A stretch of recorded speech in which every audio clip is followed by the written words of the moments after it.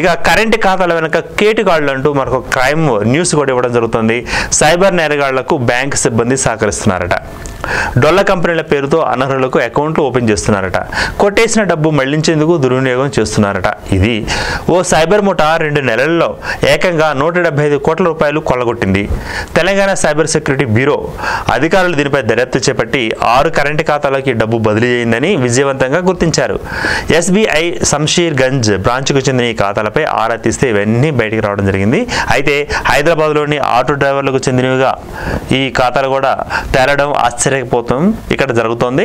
వారిని అదుపులో తీసుకొని వ్యాపారులు మాత్రమే తెరవగలిగే అకౌంట్లు మీ పేరు మీద ఎలా వచ్చాయి అంటూ ప్రశ్నించగా 2 వ్యక్తులు కమిషన్ ఆశ చూపించి తమకు తెరిపించారని, నకిలీ పత్రాలను సృష్టించి ఈ విధంగా చేశారని. మొత్తానికి కరెంటు ఖాతాల వెనుక కేటుగాళ్లు.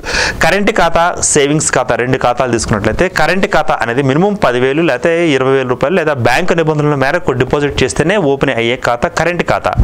సేవింగ్స్ బ్యాంక్ అంటే అందులో డిపాజిట్ ఉండవలసినంతగా ఏం లేదు, మన ఇష్టం. ఐచ్ఛికంగా 500 నుంచి కూడా మనం ఎంతైనా వేసుకోవచ్చు. సో ఏకంగా ఇక్కడ సైబర్ నేరగాళ్లు ముఠాగా ఏర్పడి ఆటో డ్రైవర్లను మభ్యపెట్టి వాళ్ళ దగ్గర వాళ్ళ డీటెయిల్స్ తీసుకొని వారి పేరు మీద కరెంటు ఖాతాలు వేశారట. కొంతమందిని ఆరా తీస్తే తెలిసిన విషయం వాళ్ళు స్వచ్ఛందంగా ఒప్పుకున్నారు. కొంతమంది మాకు కమిషన్ ఇస్తామన్నారండి, మా ఖాతాలు మేము వాళ్ళకి ఇవ్వడం జరిగిందంటూ కూడా. మొత్తానికి కేటుగాళ్లు కరెంటు ఖాతాల మీద దృష్టి పెట్టారు. కరెంటు ఖాతాదారులారా పారా హుషార్, చాలా జాగ్రత్తగా ఉండండి. మీ ట్రాన్సాక్షన్స్ ఏమైనా తేడా వచ్చిందా, లోపం వచ్చినా కన్సర్న్డ్ బ్యాంక్ బ్రాంచ్ని కలవండి. అదేవిధంగా లేకపోతే సైబర్ క్రైమ్ పోలీసుకి హెల్ప్ లైన్ నెంబర్కి కాల్ చేయండి. ఇటువంటి వాటికి స్వస్తి పలకండి.